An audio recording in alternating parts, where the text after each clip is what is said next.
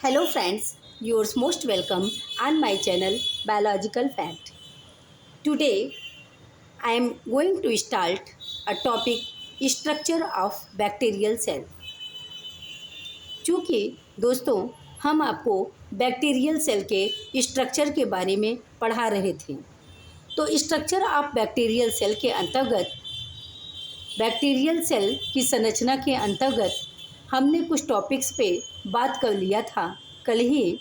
जैसे कि हमने स्ट्रक्चर ऑफ बैक्टीरियल सेल के अंतर्गत outer layer of bacterial cell जिसमें फ्लैजिलम था, पिली था, फिम्ब्री था, और उसके बाद जो सेल एनवलप था, बॉडी का मेन पार्ट्स आउटर था, उसके बारे में हमने जिक्र कर लिया था।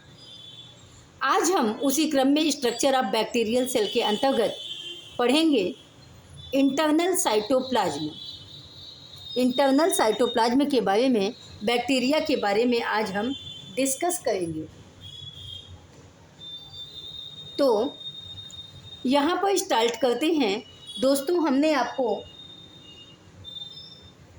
आपको सेल वॉल बताया था, आउटर लेयर के फ्लैजिलम, फिम्ब्री इत्यादि के अंदर जो था लेयर, उसके बारे में, सेल वॉल के बारे में हमने आपको बताया था, जो कि सेल वॉल या कोशिका भित्ति जो होती है वो कैप्सूल के बिलो की लेयर होती है। मीन्स हमने आपको बताया था सेल वॉल के जो नीचे होता है वो प्लाज्मा मेम्ब्रेन होता है, और सबसे ऊपर होता है कैप्सूल, कैप्सूल के नीचे होता है सेल वॉल, और सेल वॉल के नीचे होता है प्लाज्मा मेम्ब्रेन। तो सेल वॉल के बारे में हमने आपसे कुछ जिक्र किया था, और आज हम आपको सेल वॉल प्रॉपर्टीज़ के बारे में बताएंगे। उसके बाद हम आपको इंटरनल साइटोप्लाज्म यानी इंटरनल स्ट्रक्चर के बारे में बताएंगे। तो आइए देखते हैं, स्टार्ट करते हैं cell wall properties. Bacterial cell के स्ट्रक्चर के अंतर्गत सबसे पहले हम सेल वॉल के गुण के बारे में जानेंगे, सेल वॉल की प्रॉपर्टीज़ के बारे में जानेंगे, जो कि ग्राम स्टेनिंग होती है। बैक्टीरिया को स्पेशल लैब में ले जाकर स्टेन किया जाता है, और उस स्टेनिंग के बाद मीन्स उसको, उसके जो कटिंग्स होते हैं उसको स्टेनिंग की जाती है। उसके बाद माइक्रोस्कोप में उसे देखा जाता है, तो उसमें ये पता चलता है कि कौन सा बैक्टीरिया जो है ग्राम पॉजिटिव बैक्टीरिया है, और कौन सा बैक्टीरिया जो है वो ग्राम निगेटिव बैक्टीरिया है। ये सभी चीज़ें माइक्रोस्कोप में देखने के बाद ही पता चलती हैं। क्योंकि बैक्टीरिया जो है सूक्ष्मजीव है, बहुत छोटा जीव है, तो इसके जब और भी छोटे कण को देखा जाएगा तो ये ग्राम पॉजिटिव बैक्टीरिया और ग्राम निगेटिव बैक्टीरिया के रूप में दिखता है। स्टेनिंग करने के बाद हम माइक्रोस्कोप में देखते हैं तो पता चलता है ये कि ग्राम पॉजिटिव बैक्टीरिया है और ग्राम निगेटिव बैक्टीरिया। क्योंकि सेल वॉल की प्रॉपर्टीज़ जो है इम्पॉर्टेंट है, एग्ज़ाम में पूछी जाती हैं, और ग्राम स्टेनिंग नेम कर देकर भी एग्ज़ाम में पूछता है। तो आइए जानते हैं आज सेल वॉल की प्रॉपर्टी क्या होती है किसी भी बैक्टीरियल सेल में। मीन्स कोशिका भित्ति की प्रॉपर्टी या कोशिका भित्ति का गुण या सेल वॉल की प्रॉपर्टीज किसी भी बैक्टीरियल सेल में क्या होती है। मीन्स हम इसे पढ़ेंगे ग्राम स्टेनिंग के रूप में। जो सेल वॉल की प्रॉपर्टी होती है वो ग्राम स्टेनिंग के कारण होती है, और ग्राम स्टेनिंग क्या है आइए जानते हैं। Gram staining a standard lab test divides bacteria into two main groups. हमने आपको बताया कि लैब टेस्ट के अंतर्गत एक स्टैंडर्ड लैब टेस्ट होता है जो बैक्टीरिया को डिवाइड करता है टू मेन ग्रुप्स में, दो मेन समूहों में बैक्टीरिया को डिवाइड करता है based on sale wall thickness, जो कि सेल वॉल थिकनेस पर आधारित है। मीन्स जो कि कोशिका भित्ति की मोटाई के आधार पे क्लियर किया जाता है कि ये ग्राम पॉजिटिव बैक्टीरिया है और ग्राम निगेटिव बैक्टीरिया है। सेल वॉल प्रॉपर्टीज़ के अंतर्गत ग्राम स्टेनिंग करने पर पता चलता है a standard lab test divide bacteria into two main groups. एक स्टैंडर्ड लैब के द्वारा जो हमने अभी आपको पहले बताया, उसी के द्वारा बैक्टीरिया को टू मेन समूहों में, दो मेन समूहों में डिवाइड किया जाता है, जो कि बेस्ड है, आधारित है ऑन सेल वॉल थिकनेस, कोशिका भित्ति की मोटाई के आधार पे या सेल वॉल के थिकनेस के आधार पे मतलब क्लियर किया जाता है। तो फर्स्ट है ग्राम पॉजिटिव बैक्टीरिया एंड सेकंड है ग्राम निगेटिव बैक्टीरिया। तो आप कब किसी स्टेन करने के बाद, माइक्रोस्कोप में देखने के बाद आप कैसे क्लियर करेंगे कि कोई भी बैक्टीरिया ग्राम पॉजिटिव बैक्टीरिया है और ग्राम निगेटिव बैक्टीरिया है। तो हमने आपको बताया कि ये सेल वॉल की थिकनेस के आधार पर पता चलता है। मीन्स आप जब माइक्रोस्कोप में देखोगे तो सेल वॉल अगर जो है उसका थिकनेस ज़्यादा होगा तो वो ग्राम पॉजिटिव बैक्टीरिया होगा, और सेल वॉल का जो है थिकनेस जब कम होगा मीन्स थिन लेयर होगा, तो मीन्स सेल वॉल जो है थिन लेयर अगर होगा तो ग्राम निगेटिव बैक्टीरिया होगा। तो सबसे पहले ग्राम पॉजिटिव बैक्टीरिया के बारे में जानते हैं। Have a thick peptidoglycan layer, means peptidoglycan की लेयर जो सेल वॉल में पाई जाती है। हमने आपको जो प्रीवियस क्लासेस में बताया था, तो पेप्टाइडोग्लाइकान की जो लेयर होती है वो मोटी होती है, थिक होती है ग्राम पॉजिटिव बैक्टीरिया में। तो वही चीज़ है कि Gram positive bacteria have a thick peptidoglycan layer, इसके पास ग्राम पॉजिटिव बैक्टीरिया के पास पेप्टाइडोग्लाइकान की लेयर जो होती है वो थिक होती है, मोटी होती है। स्टेन करने पे पता चलता है दैट गिव्स कलर पर्पल और वायलेट, जो कि कलर देता है पर्पल और वायलेट। मीन्स एक तो आप पेप्टाइडोग्लाइकान की लेयर अगर मोटी है उसमें दिखाई दे रही माइक्रोस्कोप में तो आप क्लियर कर लोगे कि ये ग्राम पॉजिटिव बैक्टीरिया है, और उसका स्टेन करने के बाद वो कलर जो देता है पर्पल और वायलेट कलर आता है। तो ये हो गई ग्राम पॉजिटिव बैक्टीरिया के बारे में। Have a thick peptidoglycan layer, stain purple और वायलेट। सेकंड है ग्राम निगेटिव बैक्टीरिया। चूँकि ग्राम पॉजिटिव और ग्राम निगेटिव बैक्टीरिया भी अलग से नेम देकर एग्जाम में पूछे जाते हैं, तो आइए जानते हैं ग्राम निगेटिव बैक्टीरिया क्या है। ग्राम निगेटिव बैक्टीरिया है वे thinner layer. Gram negative bacteria जो होती है उसके पास पतली लेयर होती है, थिनर लेयर होती है, covered by an outer lipid membrane, जो कि एक आउटर वसा की झिल्ली के द्वारा ढकी होती है। मीन्स इसकी जो थिनर लेयर होती है वो लिपिड मेम्ब्रेन यानी वसा की जो झिल्ली होती है बाहर की तरफ होती है, उसी से घिरी होती है। And stain red or pink, और ये स्टेन देता है रेड आर पिंक कलर में। तो इसी प्रकार से आप डिवाइड करोगे ग्राम पॉजिटिव और ग्राम निगेटिव बैक्टीरिया को। Gram negative bacteria have a thinner layer covered by an outer lipid membrane, जो ग्राम निगेटिव बैक्टीरिया होती है वो आउटर लिपिड मेम्ब्रेन के द्वारा घिरी होती है और इसकी लेयर जो है थिन होती है। And stain red or pink, और ये स्टेन कलर देता है रेड आर पिंक कलर में। तो ये क्लियर हो जाएगा इससे, पर्पल आर वायलेट होगा तो ग्राम पॉजिटिव, लेयर अगर पेप्टाइडोग्लाइकान की थिक है तो ग्राम पॉजिटिव, और थिनर लेयर है तो ग्राम निगेटिव, एंड लिपिड की आउटर मेम्ब्रेन है तो ग्राम निगेटिव। रेड और पिंक कलर देता है इसमें ग्राम निगेटिव बैक्टीरिया में। तो आइए आपने ये जान लिया होगा अब gram positive gram negative bacteria के बारे में।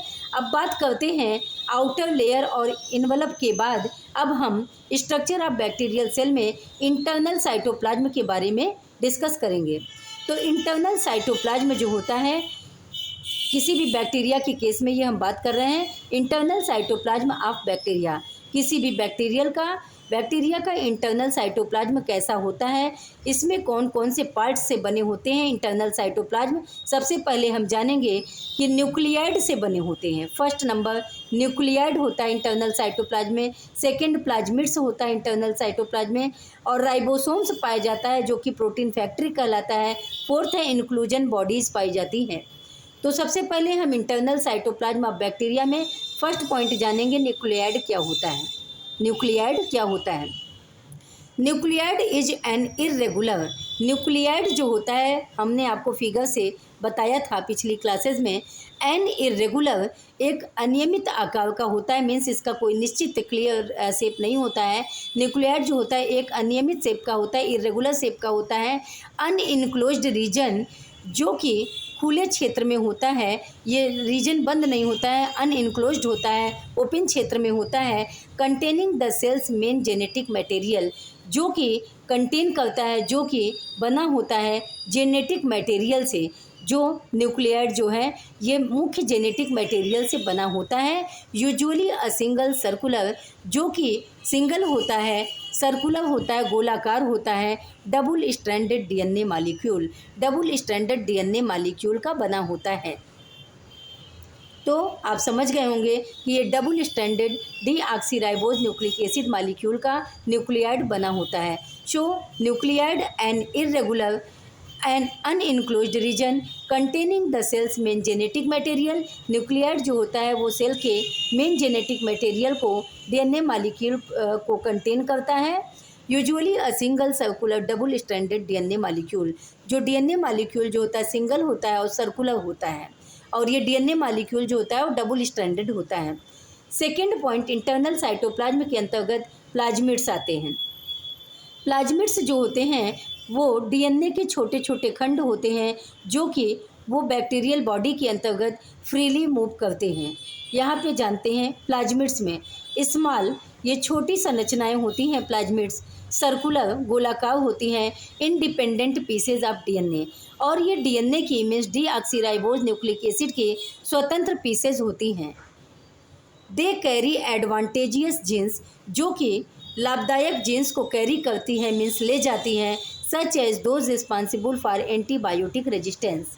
जैसे कि ये एडवांटेजियस जीन्स को ले जाती है। एडवांटेजियस जीन्स जो होते हैं वो लाभदायक जीन्स होते हैं, उन्हें वो कैरी करती हैं, ले जाती हैं। मीन्स प्लाज्मिड्स जो है ये हेरिडिटिक मटेरियल को कंटेन करता है। जैसे कि ये रिस्पॉन्सिबल होता है एंटीबायोटिक रेजिस्टेंस। कभी कभी क्या होता है कि किसी की होस्ट बॉडी में जैसे कि बैक्टीरियल इन्फेक्शन हुआ, कोई भी बैक्टीरियल इन्फेक्शन हुआ, और वो बैक्टीरियल इन्फेक्शन एंटीबायोटिक के बाद भी अगर नहीं ठीक होता है तो इसे कहा जाता है बैक्टीरिया द्वारा एंटीबायोटिक रेजिस्टेंस। मीन्स बैक्टीरिया द्वारा किसी होस्ट बॉडी में एंटीबायोटिक का रेजिस्टेंस बना लेना, यानी बैक्टीरिया द्वारा अपना स्थायित्व उस बॉडी में बना लेना। तो ये जो है एंटीबायोटिक का भी प्रतिरोध करती हैं। तो एंटीबायोटिक रेजिस्टेंस इस प्रकार से प्लाज्मिड्स के द्वारा मीन्स ये बैक्टीरियल बॉडी को सपोर्ट प्रोवाइड करती हैं और होस्ट सेल को जिसमें वो इन्फेक्शन फैलाती हैं उसे जो है नुकसान पहुंचाती, हार्मफुल होती है उसके लिए। तो प्लाज्मिड्स स्मॉल सर्कुलर, प्लाज्मिड्स जो होते हैं स्मॉल होते हैं, सर्कुलर होते, गोलाकार होते हैं, इंडिपेंडेंट पीसेज ऑफ डीएनए, जो कि डीएनए के छोटे छोटे टुकड़े होते हैं। And they carry advantageous genes, जो लाभदायक जीन्स को ले जाते हैं, कैरी करते हैं, such as those responsible for antibiotic resistance, जो कि एंटीबायोटिक रेजिस्टेंस के लिए जिम्मेदार होते हैं। मीन्स प्लाज्मिड्स जो होते हैं एंटीबायोटिक के प्रति जो है रेजिस्टेंस बनाए रखते हैं। मीन्स बैक्टीरियल सेल को जो है कठोरता प्रदान करते हैं, बैक्टीरियल सेल को जो है लाभ पहुंचाते हैं, मीन्स बॉडी को जो है बनाए रखते हैं।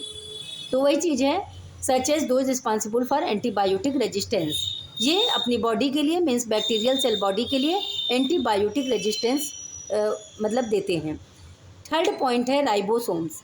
राइबोसोम्स जो होता है किसी भी एनिमल बॉडी में अगर पाया जाता है, और किसी भी मीन्स राइबोसोम जिसमें भी पाया जाता है, तो ये राइबोसोम जो है प्रोटीन फैक्ट्री का कार्य करता है, मीन्स बॉडी में प्रोटीन संश्लेषण का कार्य करता है। राइबोसोम्स टिनी होते हैं, बैक्टीरियल सेल में छोटे होते हैं, प्रोटीन बिल्डिंग फैक्ट्रीज। और राइबोसोम जो होते हैं ये बॉडी में मीन्स बैक्टीरियल सेल बॉडी में प्रोटीन बनाने का कार्य करते हैं, इसीलिए राइबोसोम्स को प्रोटीन बिल्डिंग फैक्ट्रीज भी कहते हैं। Distributed through out the cytoplasm, और ये साइटोप्लाज्म में पूरे साइटोप्लाज्म में राइबोसोम्स फैले हुए होते हैं। मीन्स जो राइबोसोम्स होते हैं ये टिनी होते हैं, प्रोटीन बिल्डिंग फैक्ट्रीज होते हैं, बैक्टीरियल सेल में प्रोटीन संश्लेषण या प्रोटीन सिंथेसिस का कार्य करते हैं, जो कि बटे होते डिस्ट्रीब्यूटेड होते हैं थ्रू आउट द साइटोप्लाज्म। जैसे कि कोई भी बैक्टीरिया का ये सेल है और यहाँ पर ऐसे सब मतलब साइटोप्लाज्म में फैले होते हैं, तो इन्हीं पूरी बॉडी में जो होते हैं ये पाए जाते हैं राइबोसोम्स पाए जाते हैं, ये राइबोसोम्स पाए जाते हैं। तो राइबोसोम्स जो हैं टिनी होते हैं, प्रोटीन बिल्डिंग फैक्ट्रीज का कार्य करते हैं, distributed through out the cytoplasm, जो पूरी साइटोप्लाज्म में फैले हुए होते हैं, मीन्स बैक्टीरियल सेल बॉडी के अंतर्गत जो होते हैं न्यूट्रिशन प्रोवाइड करते हैं, प्रोटीन संश्लेषण का कार्य करते हैं। फोर्थ है inclusion bodies storage granules. Inclusion bodies जो होते हैं मीन्स बैक्टीरियल सेल में इंक्लूजन बॉडीज़ भी पाया जाता है, और ये स्टोरेज ग्रैन्यूल्स का कार्य करते हैं, मीन्स कोशिका के अंदर भोजन के भंडारण का कार्य करते हैं। स्टोरेज ग्रैन्यूल्स का कार्य करते हैं दैट होल्ड रिजर्व न्यूट्रिएंट्स। जो स्टोरेज ग्रैन्यूल्स होते हैं वो न्यूट्रिएंट्स को मीन्स पोषक तत्वों को और मिनरल्स को न्यूट्रिएंट्स को या मिनरल्स को ये इंक्लूजन बॉडीज जो होते हैं स्टोरेज ग्रैन्यूल्स के रूप में बॉडी के अंतर्गत रखते हैं अनटिल दे आर नीडेड, और जब उनकी आवश्यकता होती है तो वो बैक्टीरियल सेल बॉडी उसे यूज कर सकता है। तो इंक्लूजन बॉडीज जो है storage granules that hold reserve nutrients or minerals until they are needed. Storage granules होते हैं इंक्लूजन बॉडीज, मीन्स अपनी बॉडी में पहले से स्टोरेज रखते हैं ग्रैन्यूल्स के रूप में, जो न्यूट्रिएंट्स और मिनरल्स की ज़रूरत पड़ने पर ये अपनी बॉडी में आवश्यकता अनुसार अकॉर्डिंग टू देयर बॉडी ये यूज करते हैं इंक्लूजन बॉडीज। तो आपने इंटरनल साइटोप्लाज्म में जाना न्यूक्लियाइड के बारे में, प्लाज्मिड्स होती हैं, राइबोसोम्स होते हैं, इंक्लूजन बॉडीज होती हैं, इंक्लूजन बॉडीज़ होती हैं।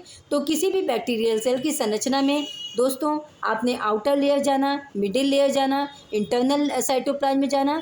तो आज बैक्टीरियल सेल की संरचना या किसी भी जीवाणु कोशिका की संरचना या स्ट्रक्चर ऑफ बैक्टीरियल सेल का पॉइंट यहाँ पे कंप्लीट होता है। ये पूरी तरह से पॉइंट कंप्लीट होता है। इसके ऊपर का अगर आपको देखना हो तो आप पिछली क्लासेस के में जाकर देख सकते हैं। तो अगर क्लास अच्छी लगी हो तो प्लीज़ लाइक, सब्सक्राइब, शेयर करना ना भूलें। चलते हैं, मिलेंगे फिर कल। Thank you, bye bye, take care, have a nice day.